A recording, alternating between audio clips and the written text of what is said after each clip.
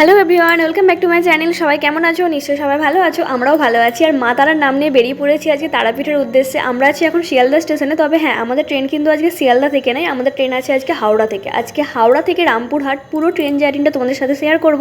সেই জন্য তোমাদের সকলের কাছে রিকোয়েস্ট থাকলো ভিডিওটা স্কিপ না করে একদম শেষ পর্যন্ত দেখার। আজকে যে ট্রেনটাতে আমরা যাব সেই ট্রেনে যাওয়ার অভিজ্ঞতা আমার প্রথমবার, তাই আজকে সব কিছু শেয়ার করব আমি একদম ডিটেলসে। ট্রেনের এখন নতুন সময়, কটার সময় রামপুরহাট স্টেশনে গিয়ে পৌঁছায়, কোথায় কতক্ষণ দাঁড়ায়, মাথা পিছু তারাপীঠ গিয়ে পৌঁছাতে একজনের কত খরচ, সব কিছু। তো চলো তাহলে আজকের জার্নিটা শুরু করি।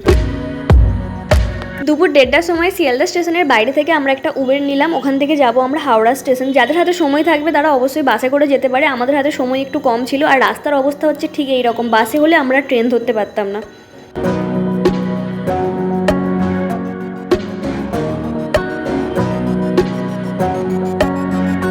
আমরা পৌঁছে গেছি হাওড়া স্টেশন। হাওড়া স্টেশনের নিউ কমপ্লেক্সের 13 নম্বর প্ল্যাটফর্ম থেকে আমাদের ট্রেন ছাড়বে। ট্রেনটা হচ্ছে হাওড়া টু মালদা। আমরা নামবো রামপুরহাট স্টেশনে।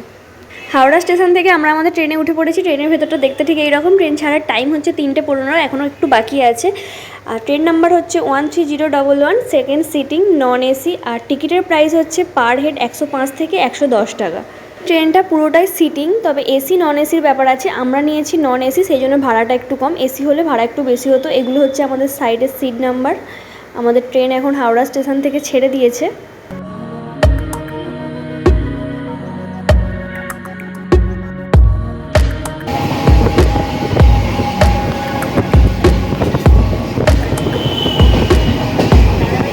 তিনটে 25-এ হাওড়া থেকে ছাড়ার পর একদম এসে যে স্টেশনটায় দাঁড়াবে সেটা হচ্ছে ব্যান্ডেল। এখন আমরা আছি ব্যান্ডেল স্টেশনে। আর ব্যান্ডেল স্টেশনে আমাদের ট্রেন ঢুকেছিল 4:06। এখানে ট্রেন দাঁড়িয়েছিল 5 minute.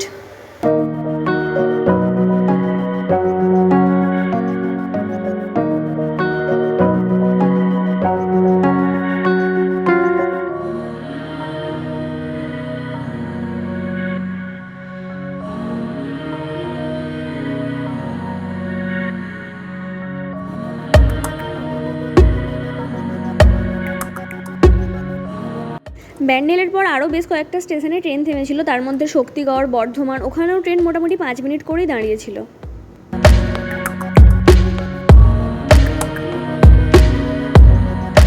Chair car train journey আমার হচ্ছে প্রথম, তবে বেশ কমফোর্টেবল ছিল। এখন ট্রেনটার একটু ট্যুর দিয়ে দিই। এখানে হচ্ছে পাখা যেরকম ওপরে লাগানো থাকে, এটা নন এসি বলে অনেকগুলো পাখা পরপর লাগানো আছে। আর এইদিকে ব্যাগ রাখার জন্য একদম সুন্দর বেশ দুদিকেই জায়গা করা আছে। সিট ক্যাপাসিটি হচ্ছে দুদিকেই 3 জন। তবে আমাদের সামনে একটা দেখলাম ফ্যামিলি বসার জন্য, মনে হয় এরকম সিট যারা কাটে একদম মুখোমুখি বসার জন্য 3টে 6টা সিট আছে। আর এটা হচ্ছে সামনে, সিটের সামনে একটা ট্রে রাখা আছে যাতে আমরা রেখে খাবার টাবার কিছু খেতে পারি। আর ট্রেতে আমি এখানে একজনের ফোন নম্বরও পেয়েছিলাম। যাই হোক, বোতল রাখার জায়গা আছে একদম প্রত্যেকটা সিটের সামনেই একটা করে।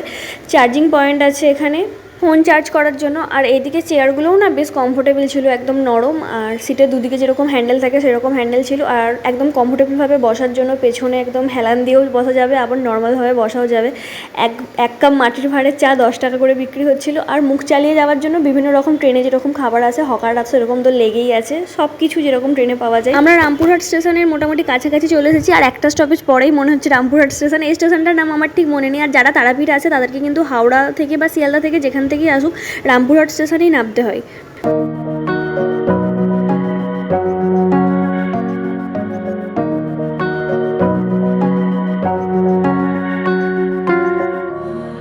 সন্ধ্যে 7:50 এখন হচ্ছে টাইম। আমরা রামপুরহাট স্টেশনে নেমে পড়েছি। হাওড়া থেকে যখন ট্রেনে উঠি তখন ট্রেনের বাইরেটা দেখানো হয়নি। এটা হচ্ছে ট্রেনের বাইরেটা, পুরোটাই চেয়ার কার। আগেই বলেছি, আগে শুধু একটা এমনি নর্মাল যেরকম ট্রেনের সিট হয় সেরকম আছে। তবে এসি আর নন এসি, এর পেছনের দিকে সব এসি, নন এসি কামরাগুলো, সামনের দিকে এসিগুলো আছে। সবই সিটিং এই দিকগুলো।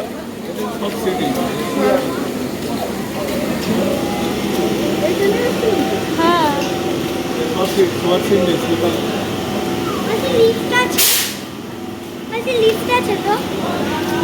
আমাদের যেমন দুদিকেই 3 সিট ছিল, এইগুলো তেমন একদিকে 2 সিট আছে।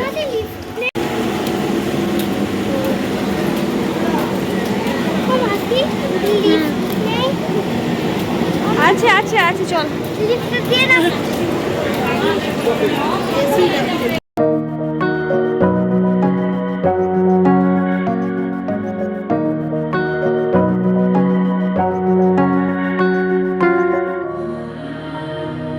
ট্রেন থেকে নামার কিছুক্ষণ আগেও বেশ বৃষ্টি হচ্ছিল, আর স্টেশনের বাইরে বেরিয়ে আসছে তখনও দেখছি ভালোই বৃষ্টি পড়ছে। এটা হচ্ছে রামপুরহাট স্টেশনের বাইরেটা, তারাপীঠের মন্দিরের আদলেই তৈরি করা স্টেশনটা। ওই দিকটাতে আছে, একদম ওই ডান দিকটাতে আছে টিকিট কাউন্টার। এখানে অনেক অটো, টেকার টাইপের অটো যেগুলো হয় সেগুলো দাঁড়িয়ে থাকে। এক একটা অটোতে মোটামুটি 11 জন করে ধরে যায়। যাদের ফ্যামিলি বড় তাদের তো কোনো সমস্যাই নেই, একটা অটোতেই হয়ে যাবে, আমাদের যেরকম হয়ে গেছিলো। তবে মাথা পিছু এক একজনের ভাড়া পড়ে এখানে 50 টাকা।